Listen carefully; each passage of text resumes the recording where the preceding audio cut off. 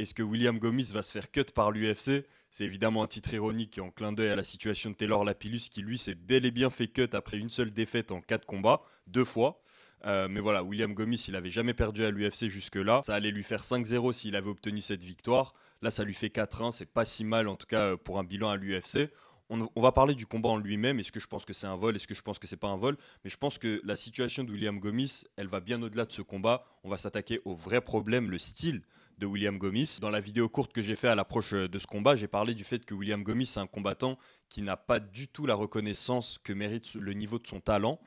Mais par contre, il a peut-être la reconnaissance que méritent ses résultats. William Gomis, la raison pour laquelle même en 4 combats à l'UFC, il y a énormément de personnes qui le sous-estiment, ou du moins qui le sous-estimaient, et là, avec cette défaite, vont continuer de le sous-estimer, c'est parce qu'il ne gagne que de manière assez indécise. Il n'a pas de victoire décisive, j'ai expliqué dans la vidéo courte que j'ai fait à son sujet. Ses victoires, c'est soit des décisions majoritaires, soit des décisions partagées.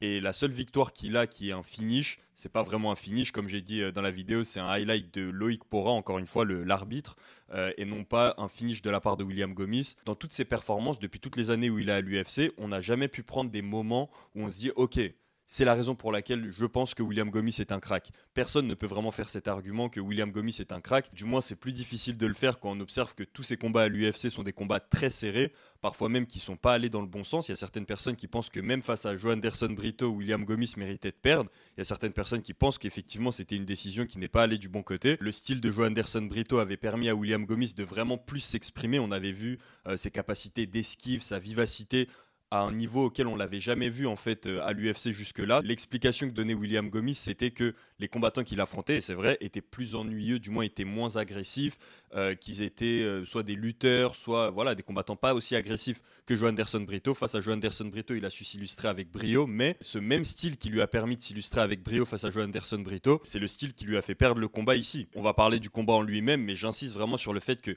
pour l'image de William Gomis, c'est la raison pour laquelle il est justement sous-coté, entre guillemets, c'est bel et bien à cause de ses résultats, puisque là, si on prend son palmarès, la victoire la plus décisive qu'il a à l'UFC, c'est une décision majoritaire. Pour info, pour ceux qui ne savent pas ce que c'est la différence entre les décisions majoritaires, unanimes et partagées, une décision majoritaire, c'est quand 2 juges estiment que le combat devrait aller en faveur d'un des combattants, mais qu'un des 3 juges décide que c'était un match nul. Et une décision partagée, c'est encore pire, c'est quand un des 3 juges estime même que le combattant que les 2 juges voyaient gagner méritait en fait de perdre. Donc je dirais que le meilleur combat de William Gomis à l'UFC, c'est sa dernière décision partagée, sa dernière victoire par décision partagée.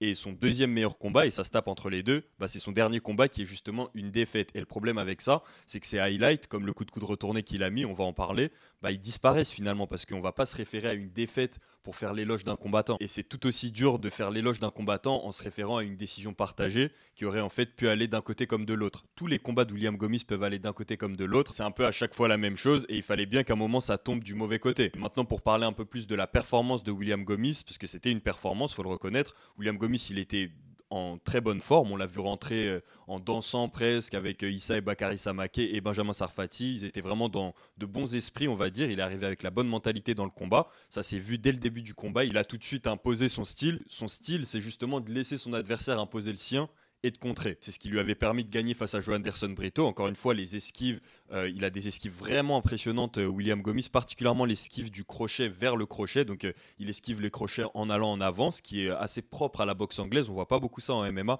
En MMA, on voit plus des combattants comme Adesanya qui esquivent en reculant le buste, les crochets courts. Là, même les crochets courts, William Gomis passe en dessous et c'est une belle prouesse, mais en MMA c'est très dangereux parce que justement c'est la raison pour laquelle Ilia Topuria avait changé un peu son style en termes de défense, c'est qu'il y a la menace du high kick.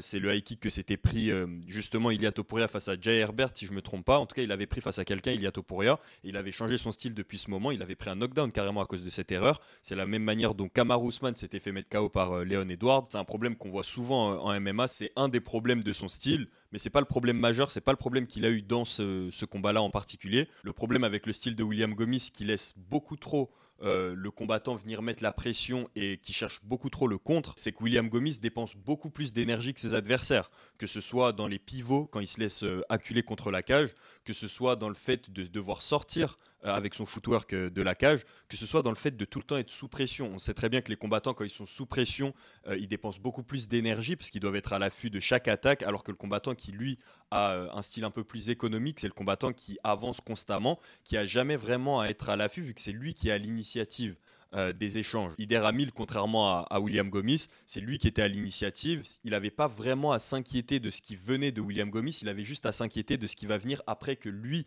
ait envoyé son attaque. Ce qui fait qu'Ider Hamil contrôlait le rythme du combat. Et quand on a un rythme frénétique dans un combat, vaut mieux être la personne qui impose ce rythme. Les deux étaient soumis au même rythme, mais c'était William Gomis qui subissait ce rythme. Et même si William Gomis avait factuellement un meilleur striking, de meilleurs déplacements, qu'il était plus rapide, plus vif, qu'il avait un meilleur coup d'œil que Ider Hamil, finalement il se retrouve à perdre le combat à cause d'une question de cardio. Et on voit à quel point c'est important d'être complet du coup en MMA.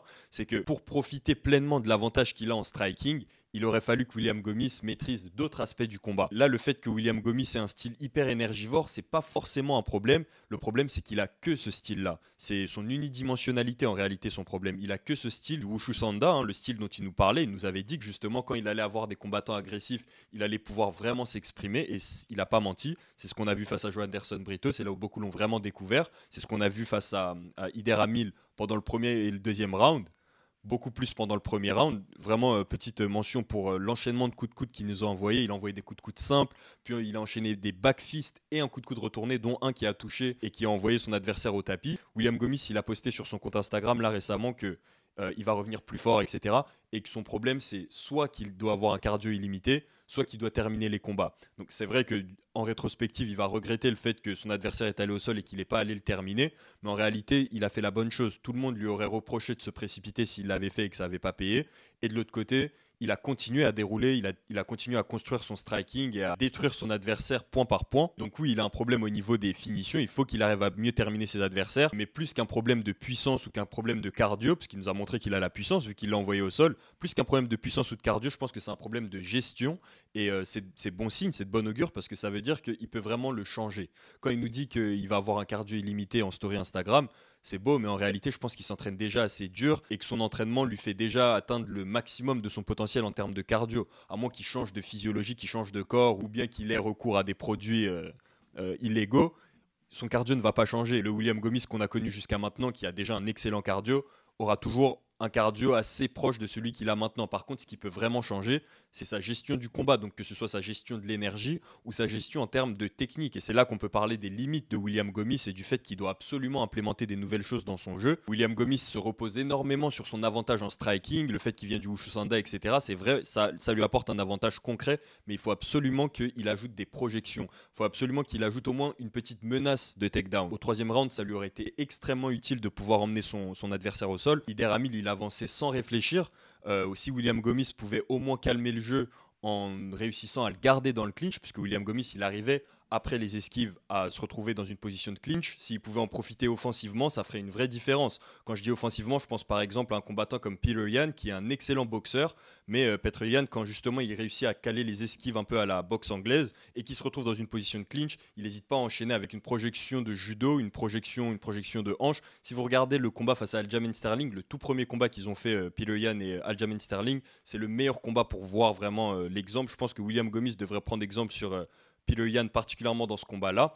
Après les esquives, il peut servir des positions de clinch pour prendre l'avantage, pour calmer le jeu, pour contrôler les rythmes du combat en fait. Mais William Gomis doit absolument ajouter une dimension offensive à sa lutte, à son grappling. Pourquoi je dis offensif ? Parce que dès le début du premier round, on a vu que William Gomis, en défense de lutte, c'est sérieux. Il a montré de vraies compétences de défense de lutte. Il a presque réussi à retourner les positions. S'il avait la volonté de retourner les positions, il aurait pu le faire plusieurs fois en plus dans le combat. Mais c'est juste pas sa volonté. Il défend la lutte juste pour pouvoir striker après. Mais il peut pas que compter sur ça. Particulièrement au troisième round, il aurait rêvé, William Gomis, pouvoir avoir la capacité d'envoyer un double leg, tout simplement pour calmer le jeu. Mais c'est sans parler en plus de l'incertitude qu'il pourrait ramener à son adversaire et l'avantage qu'il pourrait en tirer s'il pouvait avoir au moins cette option en plus de profiter un peu plus du grappling de la lutte. C'est évidemment pas un changement qu'il peut faire comme ça du jour au lendemain, mais quand on voit les capacités qu'il a en termes de défense de lutte, pareil face à Joanderson Brito, on s'en souvient, c'était pareil, il arrivait parfaitement à défendre la lutte face à des combattants qui, eux, ont l'habitude de lutter, donc on sait qu'il a des aptitudes et un talent naturel en tant que combattant qui fait qu'on peut espérer qu'il rajoute à son arsenal cette dimension un peu de lutteur, de gréco, peut-être de judo un petit peu, des projections. Encore une fois, je prends l'exemple de Petr Yan parce que c'est le meilleur exemple. Je vois tellement William Gomis adapter un petit peu son style et ajouter un petit peu ses armes à son arsenal. Et plus qu'un ajout à son jeu, je pense même que c'est indispensable. Là, William Gomis, quand on regarde ses 5 combats à l'UFC, c'est comme s'il est un petit peu coincé à un certain niveau. Ses combats se ressemblent. Et à chaque fois, ses combats sont un peu serrés. S'il veut passer au niveau supérieur et vraiment affronter les combattants qui call out du style Diego Lopez qui lui aurait mis encore plus la pression. Heureusement qu'il n'a pas affronté Jean Silva, parce que Jean Silva, c'est encore pire. Donc, ces combattants-là, s'il a l'ambition de les affronter, il va absolument falloir qu'il ajoute certaines choses à son arsenal et qu'il ne se repose pas seulement sur ce style de Sanda où il attend que son adversaire fasse une erreur, il attend de pouvoir contrer ses adversaires. C'est trop unidimensionnel et surtout c'est trop énergivore. Là, William Gomis, il avait à mettre de l'énergie dans ses déplacements, à mettre de l'énergie dans sa défense et à mettre de l'énergie dans la puissance de ses points. On sait que William Gomis a la puissance pour éteindre les gens. Il avait mis des KO avant d'entrer à l'UFC. Je crois qu'il compte 7 KO en carrière. Donc il a la puissance de le faire. Mais le problème, c'est qu'à l'UFC, il dépense tellement d'énergie dans ses déplacements, dans sa défense, dans ses esquives assez prononcées, peut-être trop prononcées. Ilia Topuria a fait la correction. William Gomis n'a pas encore fait la correction de ne pas autant se baisser sur les esquives en boxe anglaise. Espérons que ça lui coûte pas cher un jour. Mais voilà, il dépense tellement d'énergie dans sa défense et dans ses déplacements qu'il a plus d'énergie pour mettre de la puissance dans ses points. Alors que de l'autre côté, on a le style de Ider Hamil qui est le style, je dirais le style parfait. En tout cas, c'est le style qui fonctionne très bien en ce moment à l'UFC. C'est le style de Jelton Almeida. Si vous regardez son dernier combat où il a été vraiment très axé sur la boxe et sur la lutte. Pareil, c'est le style d'Ilia Topuria où il est très axé sur la boxe et sur quelques options de lutte.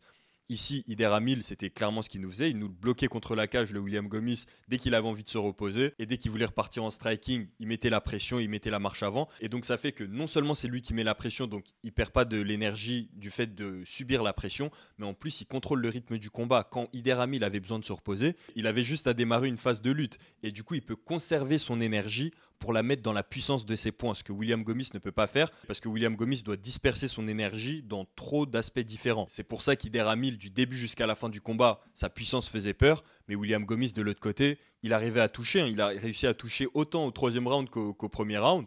La seule différence, c'est que quand il touchait au troisième round, il n'y avait aucun jus dans ses points. On parlait de Ider Hamil, les commentateurs parlaient d'Ider Hamil qui encaisse énormément, mais c'était plus William Gomis qui n'arrive plus à taper aussi fort qu'au premier round, que Ider Hamil qui résistait. Au premier round, Ider Hamil, il est tombé. Donc finalement, le menton d'Ider Hamil, ne le surestimons pas. C'est vraiment juste la gestion d'énergie de William Gomis qui a pêché et qui a fait qu'à la fin du combat, il n'avait plus assez de puissance pour continuer de frapper Ider Hamil à la même intensité qu'au premier round. Si au bout du troisième round, il se retrouve aussi lessivé, c'est pas possible qu'il envisage même affronter des combattants du top 15 et affronter des combattants même du top 5, puisque Diego Lopez, c'est des niveaux au-dessus. Diego Lopez, ce serait sûrement un 5 rounds. Donc s'il compte aller au niveau auquel il a l'ambition d'aller, il faut absolument qu'il ait une meilleure gestion de combat, et il pourra pas avoir une meilleure gestion de combat sans d'autres apports dans son style. Son style ne peut pas se limiter à contrer, à reculer. Il reculait avec joie au premier round. C'était vraiment lui qui faisait en sorte de reculer. Il acceptait totalement de reculer. On sent que c'est son style d'aspirer son adversaire. Le problème, c'est qu'il a fait ça tout le combat comme si c'était la seule chose qu'il sait faire. Sauf que cette seule chose qu'il sait faire, elle est trop énergivore. Et quand il a plus d'énergie, il a plus rien. Là où je suis optimiste concernant le changement de style, entre guillemets, ou l'ajout au style de William Gomis, c'est qu'il y a beaucoup de combattants qui ont ce déclic. Quand ils enchaînent les décisions, surtout les décisions controversées, et que enfin ils ont une défaite, enfin que la décision controversée ne va pas dans leur sens, souvent ils changent de style et ils décident de terminer les combats. Parce que c'est ce qui s'était passé pour Jorge Masvidal, mais ça s'est passé pour plein de combattants qui ont donné ce témoignage en particulier, en disant qu'avant ils essayaient de gérer les combats, avant ils essayaient de marquer leurs points. On voit que William Gomis, contrairement à son adversaire dans ce combat-là face à Ider Hamil, il était particulièrement dans une optique de détruire son adversaire petit à petit. Il envoyait des petits types, un peu à la Cyril Gane, des types au corps, le type avec lequel il avait terminé, Yanis Gemouri, le petit kick au corps. Il envoyait des coups isolés, il envoyait des jabs au corps isolés, des jabs à la tête isolés. Le problème avec ça, et c'est un peu le style d'Israël Adesanya, qui est devenu le problème d'Israël Adesanya, c'est que quand en phase 2, ils retrouvent un combattant qui ne respecte pas leur puissance, il suffit à ce combattant de rentrer agressivement assez longtemps, et au bout d'un moment, ils n'auront plus les jambes, que ce soit Dricus du Plessis face à Adesanya. Adesanya n'avait plus les jambes au dernier round, que ce soit William Gomis face à Ider Hamil. Au dernier round, ils n'avaient plus les jambes de fuir. Donc il suffit que leurs adversaires ne respectent pas vraiment leur puissance et qu'ils leur rentrent dedans assez longtemps jusqu'à ce qu'ils n'aient plus de jambes pour pouvoir les atteindre. Et William Gomis, il y a eu des moments très inquiétants dans la fin de ce combat-là, où on s'est demandé si c'est pas même lui qui allait se faire mettre KO finalement. Donc ça m'étonnerait pas qu'il change un peu son style, qu'il adapte son style pour ne pas se retrouver dans cette position à chaque combat, de tout le temps être acculé contre la cage et surtout de pouvoir mieux maîtriser le combat. Il faut qu'on ait des phases où William Gomis met la pression activement avec son anglaise, prend le centre. Il a pris le centre peut-être 2 fois dans tout le combat et à chaque fois qu'il a pris le centre, ça s'est retourné très vite. Le Hyder Amil reprenait le centre très facilement et aussi on s'attend à ce qu'il ajoute un minimum cet aspect grappling, qu'il ajoute un minimum de projection à la Petr Yan. J'insiste vraiment à aller voir le premier combat entre Petr Yan et Aljamain Sterling. Ce serait parfait si William Gomis arrivait à un minimum adapté. Évidemment qu'il ne va pas le faire au même niveau que Petr Yan, mais voilà, qui s'en inspire un minimum pour pouvoir être un peu menaçant dans les phases de clinch et pas juste d'être en phase défensive. Il y a plusieurs moments dans le combat où William Gomis aurait pu prendre l'avantage en grappling. William Gomis aurait non seulement pu perdre le round de manière moins décisive et qui sait, ça aurait pu faire pencher la balance de son côté vu que c'est une décision partagée, ou au moins reprendre son souffle et pouvoir réussir à utiliser son striking au maximum de ses habiletés par la suite. Là, il n'avait aucun moment de répit. Donc ces 3 choses, je pense que William Gomis va les implémenter, donc que ce soit de mettre parfois la pression volontairement, de dicter le rythme et de mettre la pression en anglaise, avoir des options en grappling, donc profiter des contres, prendre le single leg. Le single leg, c'était une mini tentative de single leg qu'il a fait William Gomis. C'est quand son adversaire a envoyé lui-même un front kick au corps. Il a attrapé le front kick, mais il l'a même pas utilisé pour emmener son adversaire au sol, parce que tout simplement, c'est pas son style. Donc, de prendre ces occasions de grappling offensive et de prendre le centre, tout simplement. Le troisième va un peu avec le premier, de mettre la pression, mais de prendre le centre. Il avait largement la possibilité de prendre le centre à certains moments du combat, même quand il était frais dans le premier round, il décidait de ne pas prendre le centre parce que, comme je l'ai dit, il attire ses adversaires dans son piège, dans son style. C'est bien, mais il ne peut pas faire que ça. Ce que ça me fait penser, du coup, c'est que William Gomis est vraiment un des meilleurs combattants français. On pourrait l'appeler un crack, entre guillemets, mais il aurait fallu qu'il soit dans une autre organisation. Il s'est tout de suite mis à l'UFC, contrairement à Saladin Parnasse, qui est de la même génération. Ils s'étaient d'ailleurs même affrontés. Saladin Parnasse l'avait emporté. Mais voilà, ils sont de la même génération. Les deux, on les considérait déjà comme 2 énormes prospects français à l'époque. Mais du coup, là, on voit le résultat que ça donne d'aller directement dans le feu, d'aller directement à l'UFC. William Gomis, en plus, on lui a donné à chaque fois des tueurs. Même le combattant qu'il a fini par ne pas affronter, du coup, Jean Silva, c'était un tueur. Heureusement qu'il n'a pas affronté Jean Silva quand on voit ce que Jean Silva a fait dans la suite de sa carrière. C'est vraiment dommage qu'en MMA, quand un combattant a une défaite, on jette un peu tout. Là, on risque de critiquer du coup le coaching de Benjamin Sarfati, le fait qu'il est venu avec les Samaké pendant l'entrée, le fait qu'il s'est entraîné avec eux, etc. Je pense personnellement qu'ils sont justement dans la bonne direction, mais que c'est tout simplement un processus de croissance et que là, il fait son processus de croissance directement dans la ligue qui importe, c'est-à-dire l'UFC, là où Saladin Parnasse a lui fait son développement à l'extérieur. Donc voilà, on a hâte de voir les ajustements du côté de William Gomis. Ça restait une belle performance, ça restait une belle carte. On a eu le KO entre guillemets de Manel Kape. Il y en a qui disent que c'était plus un high poke qu'un KO. Ça reste une grosse performance de la part de Manel Kape. Il a complètement submergé son adversaire et lui, pour le coup, il a ce style de combattant qui met la pression avec son anglaise. Manifestement, c'est le style qui prime. Dites-moi ce que vous avez pensé de cette carte en général et particulièrement du combat de William Gomis. L'UFC, ça s'arrête jamais. Ce week-end, on va avoir le combat tant attendu entre Ankalaev et Alex Pereira. Vous pouvez déjà commencer à me donner vos pronostics pour ce combat. Je rappelle que sur Winamax, vous pouvez en ce moment profiter de 110 € de bonus. Winamax vous offre l'équivalent de votre premier dépôt jusqu'à 100 € plus 10 € supplémentaires avec le code KBA. Pensez à liker la vidéo si ce n'est pas déjà fait. Abonnez-vous à la chaîne Karate Bushido Actu pour plus d'actu sur le MMA. Nous, on se retrouve dans la prochaine vidéo. Peace.